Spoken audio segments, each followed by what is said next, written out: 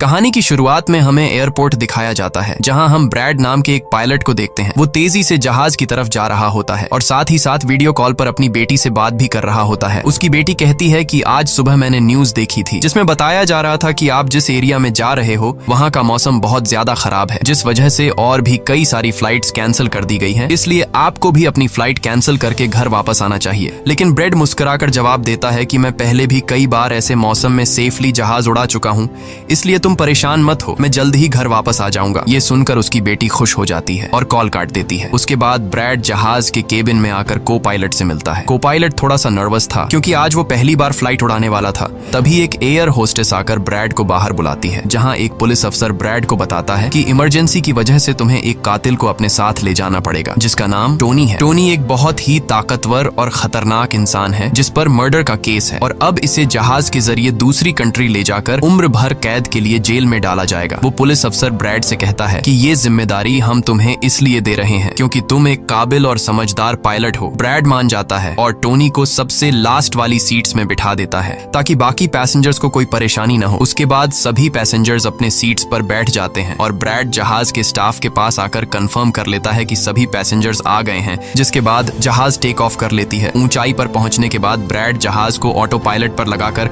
को पायलट के साथ अपनी फैमिली के बारे में बातें करने लगता है।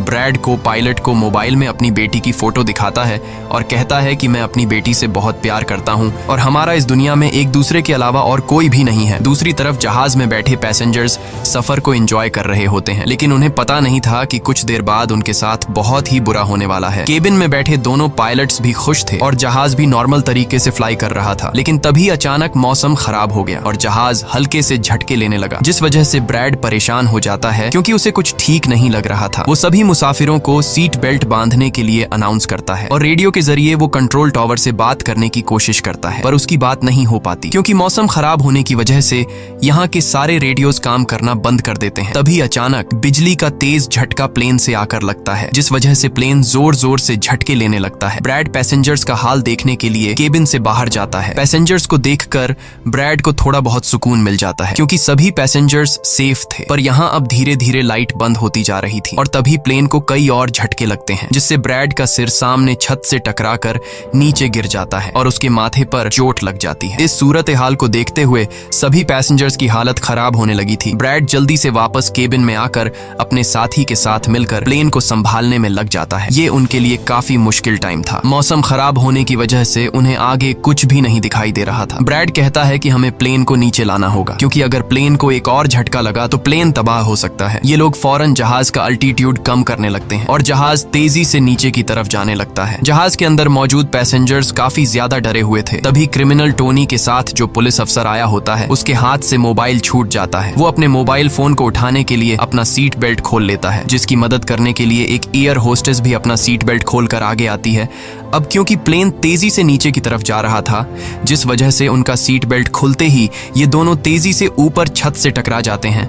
ये दोनों इतनी तेजी से छत से टकराते हैं कि उनकी तुरंत मौत हो जाती है। इतने में जहाज काफी कम अल्टीट्यूड पर आ जाता है और किसी तरह करके ये दोनों पायलट जहाज को कंट्रोल कर लेते हैं। लेकिन अब जहाज में ज्यादा पावर नहीं बची होती, इसलिए ब्रैड जहाज को एयरपोर्ट तक नहीं पहुंचा सकता था, जिस वजह से ब्रैड जहाज को नीचे लाकर समंदर में क्रैश लैंड करने का सोचता है। लेकिन तभी ये दोनों कुछ दूर एक आइलैंड देख लेते हैं, जिसके बाद ब्रैड जहाज की डायरेक्शन आइलैंड की तरफ कर लेता है और आइलैंड पर लैंड करने का फैसला करता है। कई मुश्किलों के बाद ब्रैड इस आइलैंड पर मौजूद एक रोड पर फाइनली इमरजेंसी लैंड कर लेता है। लकीली इस इमरजेंसी लैंडिंग में सभी पैसेंजर्स सही सलामत होते हैं और किसी को भी चोट नहीं आती। तभी जहाज में पीछे शॉर्ट सर्किट होता है, जिससे देखकर ब्रैड खुश हो जाता है क्योंकि जहाज में अभी भी थोड़ी बहुत बिजली बची हुई थी। सभी पैसेंजर्स के जहाज से उतरने के बाद एक एयर होस्टेस कैप्टन ब्रैड को बताती है कि क्रिमिनल टोनी को ले जाने वाला पुलिस अफसर मारा गया है और एक एयर होस्टेस भी मारी गई है। ये सुनकर ब्रैड बहुत ज्यादा मायूस हो जाता है। दूसरी तरफ एयरलाइन कंपनी का मालिक देखता है कि उसका एक जहाज अचानक गायब हो गया है क्योंकि उसने प्लेन को लैंड होते हुए नहीं देखा था और काफी देर से रेडियो खराब होने की वजह से उसका पायलट से कांटेक्ट भी नहीं हो पा रहा था। इसीलिए वो एयरलाइन कंपनी का मालिक स्कार्सडेल नाम के एक रेस्क्यू एक्सपर्ट को बुलाता है जो ऐसे लोगों को ढूंढने का काम करता है जो मुश्किल में कहीं फंसे हुए होते हैं। एयरलाइन कंपनी का मालिक उसे कहता है कि मुझे मेरे प्लेन्स की सारी डिटेल्स चाहिए, जैसे वो कहाँ गया, उसके वर्कर्स और सभी पैसेंजर्स कहाँ हैं। जिसके बाद रेस्क्यू एक्सपर्ट अपने काम पर लग जाता है। दूसरी तरफ सारे पैसेंजर्स इस सोच में थे कि हम यहाँ क्यों उतरे हैं। ब्रैड सभी पैसेंजर्स को इकट्ठा करके समझाता है कि इमरजेंसी की वजह से हमें यहाँ उतरना पड़ा। प्लेन में अभी भी थोड़ी बहुत बिजली मौजूद है जिसे हम बाकी चीजों को ठीक कर लेंगे। तब तक आप लोग यहाँ आराम से रहें और आप लोग घबराइएगा नहीं, बहुत जल्द हम यहाँ से निकल जाएंगे। जिसके बाद ब्रैड प्लेन के पास आकर उसे ठीक करने में लग जाता है, पर वो देखता है कि जहाज में पावर काफी कम है, इसलिए उन्हें मदद का इंतजार करना होगा। ये लोग मैप निकालकर खुद ही अपनी लोकेशन देखने लगते हैं ताकि उन्हें पता चल सके कि आखिर ये लोग किस जगह पर हैं। ब्रैड का साथी को पायलट नक्शा देखकर बताता है कि हम एक प्राइवेट आइलैंड पर फंसे हुए हैं। ये जगह बहुत ही खतरनाक है। यहाँ पर ऐसे लोग हैं जो किसी सरकार या गवर्नमेंट की बात नहीं मानते। अगर इन लोगों ने हमें पकड़ लिया तो हमारी जान खतरे में पड़ सकती है और हमारी गवर्नमेंट भी हमें नहीं बचा पाएगी। ये सुनकर ब्रैड कहता है कि अब कहीं से भी करके हमें अपनी रेस्क्यू टीम को यहाँ पर बुलाना ही होगा ताकि वो आकर हम सबको बचा ले, क्योंकि यही एक रास्ता है यहाँ से निकलने का। जिसके बाद ये दोनों मदद बुलाने के लिए रेडियो ठीक करने लगते हैं, लेकिन आसमानी बिजली के टकराने से रेडियो बिल्कुल खराब हो चुका था। अब ब्रैड सभी पैसेंजर्स के पास आकर उन्हें बताता है कि किसी खराबी की वजह से रेडियो काम नहीं कर रहा, लेकिन आप सब परेशान मत हो। ब्रैड उन्हें तसल्ली देता है कि हम आइलैंड के दूसरी साइड पर जाकर रेडियो को ढूंढेंगे और कंट्रोल टावर को अपनी लोकेशन बताकर रेस्क्यू टीम को यहाँ पर भेजने के लिए कहेंगे, जो आकर आप सब लोगों को बचा लेंगे। और यहाँ ब्रैड एक बहुत बड़ा कदम उठाता है। वो कहता है कि मेरे साथ टोनी जाएगा। ये कहकर वो टोनी की हथकड़ी खोल देता है। यहाँ ब्रैड जहाज के कोपायलट से कहता है कि तुम जहाज की पावर को रिपेयर करने के काम पर लग जाओ। मैं जल्द ही किसी भी कॉन्टैक्ट के जरिए रेस्क्यू टीम को यहाँ तक लाने की कोशिश करूंगा। जिसके बाद टोनी और ब्रैड रेडियो ढूंढने के लिए जंगल की तरफ निकल पड़ते हैं। रास्ते में टोनी ब्रैड को उस पर भरोसा करने के लिए थैंक्स कहता है। अब हम इस आइलैंड पर रहने वाले आतंकवादी ग्रुप को देखते हैं, जिनके पास एक आदमी दौड़ कर आता है और वो आदमी उस ग्रुप के लीडर को बताता है कि यहाँ आइलैंड पर एक प्लेन आकर रुका है इमरजेंसी की वजह से और उसके अंदर बहुत सारे लोग हैं जो अलग अलग कंट्रीज से हैं। ये सुनकर ग्रुप का लीडर उस आदमी को कुछ पैसे देता है और ग्रुप का लीडर अपनी टीम से तैयार होने को कहता है। आइलैंड के जंगल में ब्रैड और टोनी आगे बढ़ रहे होते हैं। टोनी ब्रैड से पूछता है कि तुमने मुझे आजाद क्यों किया और अब मुझे कहाँ लेकर जा रहे हो। तब ब्रैड उसे कहता है क्योंकि मैं तुम्हारी वजह से सबको खतरे में नहीं डाल सकता और यहाँ एक खतरनाक आतंकवादी ग्रुप है जिसका मेरे साथ मिलकर तुम्हें सामना करना है। तब टोनी ब्रैड से कहता है कि मैं एक मिलिट्री बैकग्राउंड से हूँ और मैं यूएस मिलिट्री में कई साल ड्यूटी कर चुका हूँ। कुछ ही देर में पीछे से टोनी की आवाज आनी बंद हो जाती है। जब ब्रैड पीछे मुड़कर देखता है तो टोनी वहाँ नहीं था। वो ब्रैड से अपनी जान छुड़ाकर भाग चुका था और अब ब्रैड अकेले ही जंगल में आगे निकल पड़ता है। जंगल में आगे बढ़ते हुए ब्रैड एक खाली पड़ी फैक्ट्री में जाता है जहाँ वो एक टेलीफोन को ढूंढ लेता है, लेकिन वो पुराने जमाने का टेलीफोन खराब पड़ा हुआ था। जिसके बाद ब्रैड साइड पर लगे उस टेलीफोन के तार जोड़ने लगता है और टेलीफोन काम करने लग जाता है। ब्रैड जल्दी से कंपनी के हेल्पलाइन पर कॉल करता है। ब्रैड हेल्पलाइन को अपनी लोकेशन और सब कुछ बता देता है, लेकिन लाइन में कोई गड़बड़ी होने की वजह से सामने वाले इंसान तक उसकी आवाज ठीक से नहीं पहुंच रही होती, जिस वजह से हेल्पलाइन वाले ब्रैड की कॉल काट लेते हैं। तब ब्रैड को एक आइडिया आता है। वो अपनी बेटी को कॉल करता है और उसे अपनी लोकेशन और बाकी सारी चीजें एक पेपर पर लिखकर उसके ऑफिस तक पहुंचाने को कहता है। तभी बातचीत के दौरान पीछे से एक आदमी आकर ब्रैड पर हमला कर देता है, लेकिन ब्रैड उसे काफी मुश्किल से काबू कर लेता है और उस आदमी को मार मार कर बेहोश कर देता है। तभी ब्रैड को महसूस होता है कि एक और आदमी इस कमरे में आ रहा है, इसीलिए जल्दी से वो छिप जाता है। पर वो आदमी कोई और नहीं बल्कि टोनी था, जिसने बहुत सारे गुंडों को मारकर उनके हथियार ले लिए थे। और वो ब्रैड को आवाज देता है कि डरो मत, बाहर निकलो। फिर जब ब्रैड सामने आता है तो टोनी ब्रैड को एक बंदूक पकड़ा देता है उसकी हिफाजत के लिए। उसके बाद ये दोनों जब फैक्ट्री के नीचे वाले फ्लोर में आते हैं तो यहाँ उन्हें एक कैमरा मिलता है, कैमरा की रिकॉर्डिंग और वहाँ पड़े पासपोर्ट से इन्हें पता चलता है कि इस आइलैंड पर रहने वाले आतंकवादी लोगों को किडनैप करके उनकी फैमिली से काफी बड़ी रकम की डिमांड करते हैं। और जब किडनैप किए हुए बंदे की फैमिली की तरफ से उन्हें पैसे मिल भी जाते हैं तब भी ये लोग उसे छोड़ने के बजाय मार देते हैं। ये देखकर ब्रैड समझ जाता है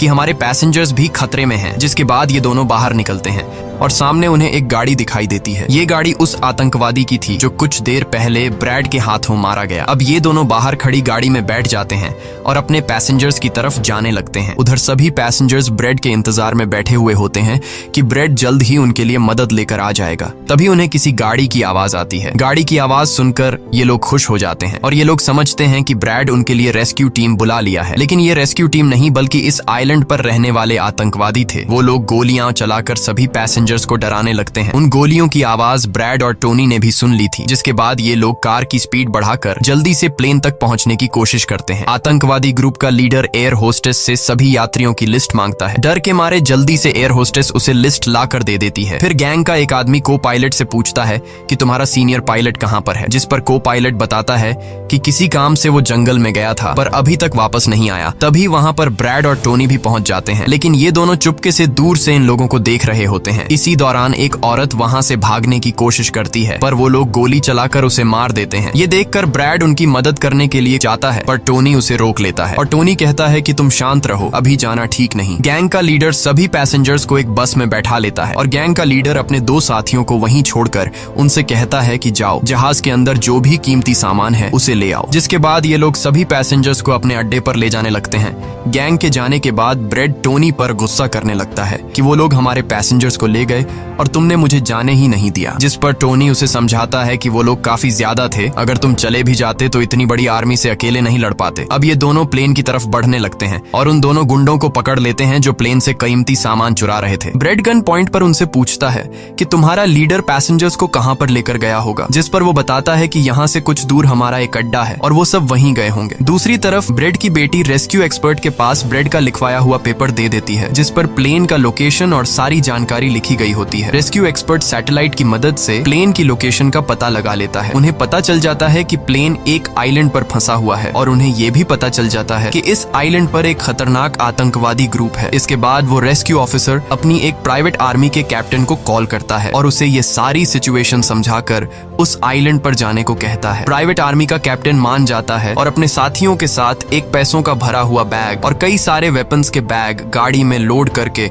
उस आइलैंड पर जाने के लिए रेडी हो जाते हैं। दूसरी तरफ ब्रेड देखता है कि उन आतंकवादियों के ले जाने से पहले जहाज के को पायलट ने जहाज का पावर सिस्टम रिपेयर कर लिया था और ब्रेड देखता है कि जहाज में पावर वापस आ गई है, जिसे देखकर वो बहुत खुश हो जाता है। अब ब्रेड आने वाले प्राइवेट आर्मी टीम के लिए अपनी यूनिफॉर्म पर एक मैसेज लिखकर छोड़ देता है और टोनी के साथ उस जगह पर निकल पड़ता है जहां गैंग वाले प्लेन के सभी पैसेंजर्स ले गए थे। जंगल के रास्ते से होते हुए ये दोनों उन आतंकवादियों के अड्डे पर पहुंच जाते हैं और ये दोनों गाड़ी से निकलकर चुपके से उस जगह में घुस जाते हैं जहां वो सारे गुंडे पैसेंजर्स को डराकर उनकी वीडियोस बना रहे थे, ताकि ये वीडियोस इनकी फैमिली को भेजकर उनसे पैसे वसूल सकें। दूसरी तरफ रेस्क्यू एक्सपर्ट की तरफ से भेजी गई प्राइवेट टीम भी प्लेन के पास पहुंच जाती है, पर उन्हें वहां जब कोई नहीं मिलता तो टीम का लीडर प्लेन के अंदर जाकर चेक करता है, जहां उन्हें 2 लोगों की लाशें मिलती हैं। ये वो 2 लोग थे जिन्हें गैंग के लीडर ने प्लेन में से सारा कीमती सामान चुराने का कहा था, लेकिन ब्रेड ने उन दोनों को मार दिया। प्राइवेट टीम के कैप्टन को ब्रेड का छोड़ा हुआ मैसेज भी मिलता है, जो उस आतंकवादी गैंग के अड्डे तक आने का रास्ता था। आतंकवादियों के अड्डे पर टोनी और ब्रेड चुपके से उन पर नजर रखे हुए थे और जैसे ही उन्हें मौका मिलता है ये दोनों चुपके से पीछे से आकर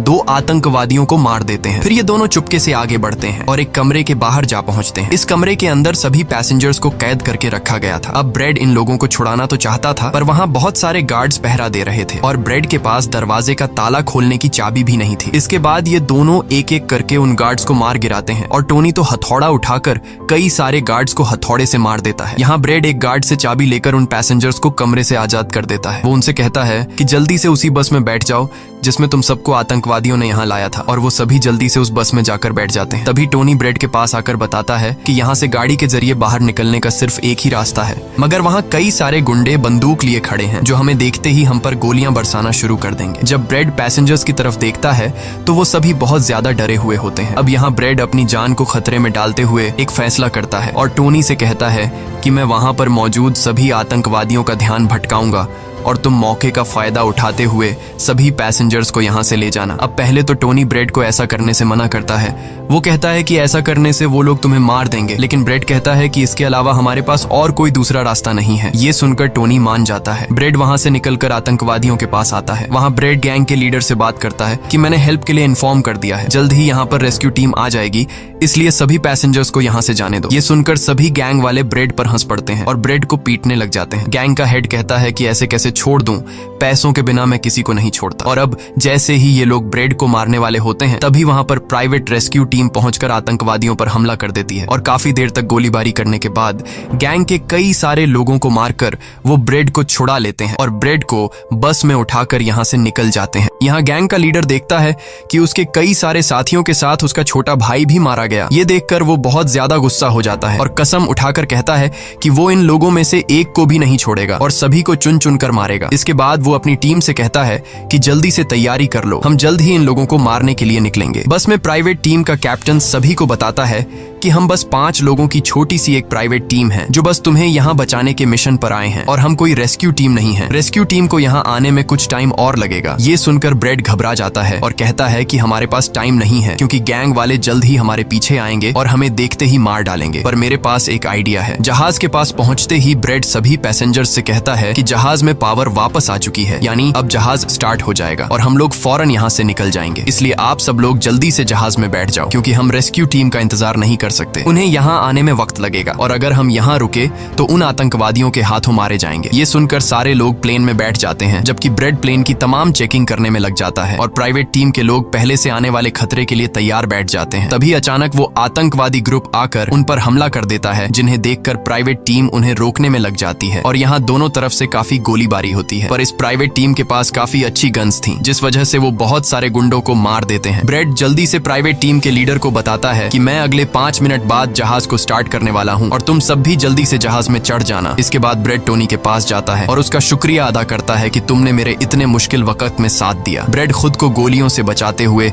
अंदर जहाज में आकर अपने केबिन में बैठ जाता है और अपने साथी को पायलट के साथ मिलकर प्लेन को स्टार्ट करने में लग जाता है। उधर टोनी के पास गोलियां खत्म हो जाती हैं और जब वो बुलेट्स ढूंढने के लिए प्राइवेट टीम का बैग चेक करता है तो उसे वहां पैसों से भरा हुआ एक बैग मिलता है। लेकिन इस वक्त टोनी पैसों को छोड़कर दूसरी बैग से गोलियां निकालकर दोबारा आतंकवादियों से लड़ने लगता है। यहाँ तब तक ब्रेड भी प्लेन को राइट साइड पर घुमा देता है। अब प्राइवेट टीम के सोल्जर्स भी एक एक करके जहाज में चढ़ने लगते हैं और टोनी उन्हें कवर फायर देता है। पावर आने की वजह से रेडियो भी काम करने लग जाता है। अब ब्रेड को प्लेन कंपनी का मालिक बताता है कि मैं तुम्हें कोई सुरक्षित जगह बता दूंगा जहां तुम जा सकते हो। अब सभी लोग जहाज में चढ़ जाते हैं पर टोनी नहीं चढ़ता। वो पैसों से भरा बैग लेकर वहां से भागने लगता है क्योंकि अगर वो इनके साथ प्लेन में वापस गया तो पुलिस वाले उसे फिर से पकड़कर जेल में डाल देंगे। गैंग का लीडर अपने साथियों को मरता हुआ देखकर गुस्से से पागल हो जाता है। वो प्लेन के सामने रॉकेट लॉन्चर लाकर उन्हें एक ही झटके में उड़ाने का सोचता है लेकिन सही टाइम पर टोनी उसे देख लेता है। अब टोनी जल्दी से बंदूक उठाकर उसे शूट करके मार देता है और सभी लोगों की जान बचा लेता है। ये देखकर ब्रेड टोनी के इस काम से बहुत खुश हो जाता है और ब्रेड अपनी पूरी ताकत लगाकर प्लेन उड़ाने में कामयाब हो ही जाता है। ये देखकर टोनी सभी पैसेंजर्स और ब्रेड के लिए खुश होता है और पैसों का भरा हुआ बैग लेकर जंगल की तरफ भाग जाता है। ब्रेड जहाज को इस आइलैंड से दूर ले जाता है और जहाज का मालिक उसे एक एयरपोर्ट के बारे में बताता है जहां ये लोग जा सकते थे जो अब इनके काफी करीब था। ब्रेड एयरलाइन कंपनी के मालिक की बताई हुई जगह की तरफ जहाज को ले जाता है लेकिन तभी एक बार फिर जहाज के इंजन में आग लग जाती है और जहाज तबाह होने लगता है। इसलिए ब्रेड दोबारा से इमरजेंसी वार्निंग ऑन करता है और धीरे धीरे जहाज को नीचे रनवे पर लाने की कोशिश करता है। फाइनली बड़ी मुश्किल के बाद ब्रेड जहाज को रनवे पर उतार देता है और सब लोगों की जान बच जाती है। ब्रेड और उसका साथी को पायलट काफी खुश हो जाते हैं। उधर प्लेन कंपनी का मालिक और उसकी टीम भी बेहद खुश थी। अब ब्रेड पैसेंजर्स का हाल देखने के लिए पीछे जाता है तो वो देखता है कि सभी पैसेंजर्स सेफ हैं और ये देखकर उसके दिल को सुकून मिल जाता है। वहाँ खड़े सभी पैसेंजर्स ब्रेड के लिए तालियां बजाने लगते हैं और ब्रेड का शुक्रिया अदा करते हैं। कुछ ही देर में वहाँ उनके लिए रेस्क्यू टीम भी आ जाती है जिसे देखकर सभी पैसेंजर्स खुश हो जाते हैं। यहाँ ब्रेड सभी पैसेंजर्स को रेस्क्यू टीम के साथ भेज देता है और कैप्टन फाइनली सुकून की सांस लेते हुए